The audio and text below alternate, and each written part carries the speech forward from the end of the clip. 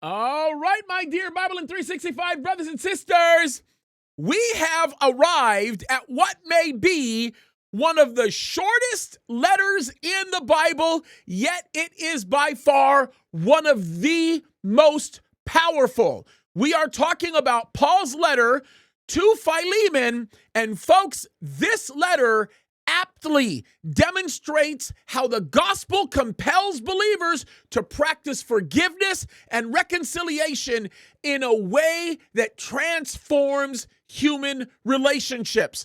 And folks, when I say transforming human relationships, I don't mean just a simple transformation. I mean a transformation under the lordship of Jesus Christ. And if I sound excited when I'm talking about this, it is because I am. You have to understand, this letter is remarkable. And not only does it teach these principles that I just spoke about, but it teaches us how to experience deliverance even in times when we've been deeply hurt and deeply wronged, because we find more than what we look at as being practical when it comes to our healing that we could possibly ever imagine when we seek to do it God's way. And Philemon is such a beautiful demonstration of this principle. And folks, I can tell you this right now, with the amount of pain that we have all been going through lately, there is a lot of room for forgiveness. And I am so thankful to have watched Erica Kirk demonstrate that powerfully. But I'm going to argue that the reason why she did it was because she was filled by the same Spirit of the same God who inspired Paul to write this letter and eventually inspired Philemon to forgive Onesimus. Now, you might not know who Philemon is. You may not know who Onesimus is. Let me just give you a very quick explanation. Philemon was believed to have been a very prominent and wealthy man, and Onesimus was his slave. And it is interesting because we can speak a little bit about the slave owner, for lack of a better term, relationship, or slave master relationship. It was very different back in those days, especially in the church, than the way we understand it today, especially considering what modern day slavery actually looked like within the last 200 or 300 years. As a matter of fact, Christianity delivers so much of this from the clutches of the enemy. And the one thing we should note here is that this was more like an employer-employee type relationship. Now, there's a lot of nuancing that goes on with this discussion, but let me just simply say this. Onesimus completely forsook Philemon. He ran away from Philemon, and Philemon had absolutely every single right to be upset with what Onesimus did. Now, here's the reason why. You need to understand, when these types of relationships were created back in those days, especially within the church, they were done for reasons that relate to some type of restitution or something at that level. So it's not like Philemon kidnaps Onesimus and then the rest is history. It obviously had something to do with something Onesimus needed to take care of. Maybe some type of restitution. Maybe there was a debt obligation. We really don't know the story. There is some speculation with respect to what church history says about that relationship. But let me just simply say, he ran away, and then we believe that when he did run away, he came across the Apostle Paul and he got saved. And it's funny because in that beautiful relationship that began to be developed between the Apostle Paul and Onesimus, who was the runaway slave of Philemon, I would assume that Onesimus had a conversation with with the Apostle Paul about Philemon. And in that moment, I am certain that the Apostle Paul was moved by the Lord to write this letter, that the relationship might take place in this beautiful picture of reconciliation as God intended for it to happen.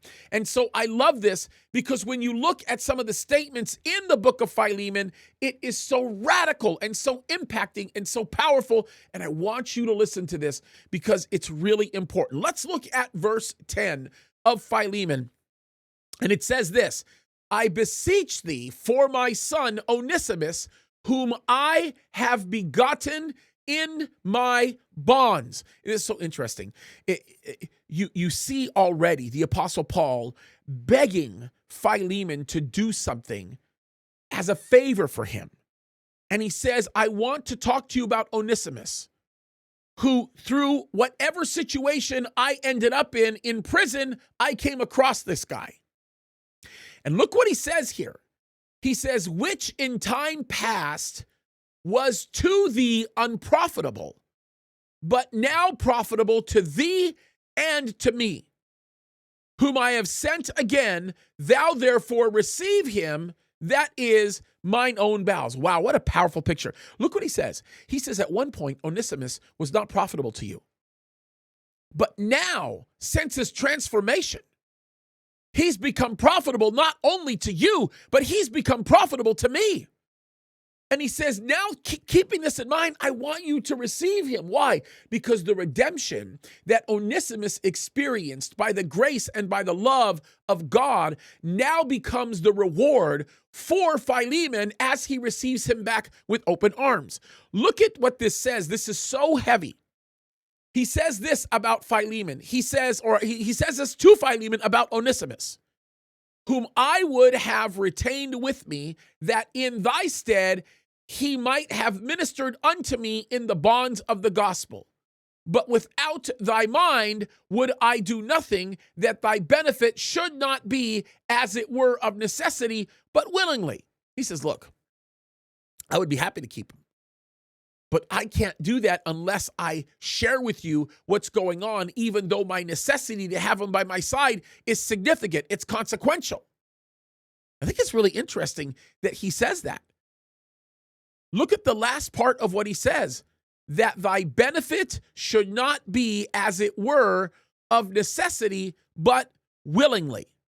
In other words, I want you to be blessed as a result of you taking back Onesimus, instead of becoming somebody who would be forced to take him back and not receive the benefit. He says, for perhaps he therefore departed for a season, that thou shouldest receive him forever, not now as a servant, but above a servant, a brother, beloved, specially to me, but how much more unto me, both in the flesh and in the Lord. Now he's a brother. I'm not asking you to look at him as a slave. I'm asking you to look at him as a brother. And he says, if thou count me therefore as a partner, receive him as myself. Look, if you love me and you see me as a partner, then I want you to receive him the same way. Heavy words that the Apostle Paul is bringing here. Verse 18, if he hath wronged thee or oweth thee aught, put that on mine account. I, Paul, have written it with mine own hand, and I will repay it. Albeit I do not say to thee, thou owest unto me even thine own self besides. Yea, brother, let me have joy of thee in the Lord. Refresh my bowels in the Lord. Having confidence in thy obedience, I wrote unto thee, knowing that thou wilt also do more than I say. But withal, prepare me also a lodging, for I trust that through your prayers I shall be given unto you. And this is where he ends the letter. But it's so important because he says, look, I want you to experience the benefit of receiving him back. And I know you're going to do it because I know you're a godly man. Now, the thing that I want to focus on isn't necessarily the beautiful eloquence expressed by the Apostle Paul in his own writing. It isn't even how heavy of a message this really is. But what's even more remarkable, and I want all of you to draw this from this passage, is how God has the ability to take something that is broken and to fix it. And many of you are in situations where you are experiencing brokenness in one way or another. Maybe it's a terrible loss, like the loss we've all experienced. Maybe it's a circumstance that you can't seem to think your way out of. Maybe it's something where you lack foreseeability because you don't know of any other way out. There's no light at the end of the tunnel. God says, I can take something that was founded in something that is so broken, and I can make it beautiful. I've been thinking about this a lot because I've been thinking about my children. And all 3 of my children are adopted. All of them. Their adoptions came from a very bad place. Most adoptions are that way. Mothers don't just want to simply make an adoption plan for their children and say goodbye and move on.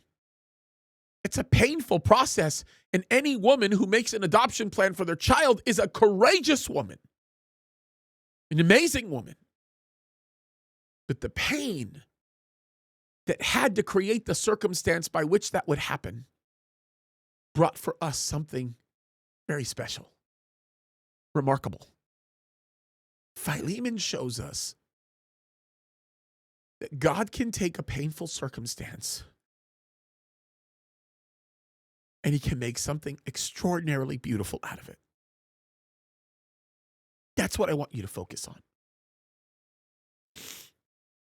Ugh. God is faithful and he's good. Don't ever forget it. There's a lot of strength that you can draw from knowing how the grace of God works in each and every single one of these situations. And you can find peace, and you can find purpose, and you can find joy and excitement in knowing that the love of God extends so far in a way that even the very benefit demonstrated through his grace that comes from painful circumstances will extend into eternity. It's awesome. God is good, and his mercy endures forever. Seek him, look to him, and allow him to reconcile the relationships in your life that appear to be broken. Because God is good, and that's what he's in the business of doing. I love you guys. Keep fighting the good fight.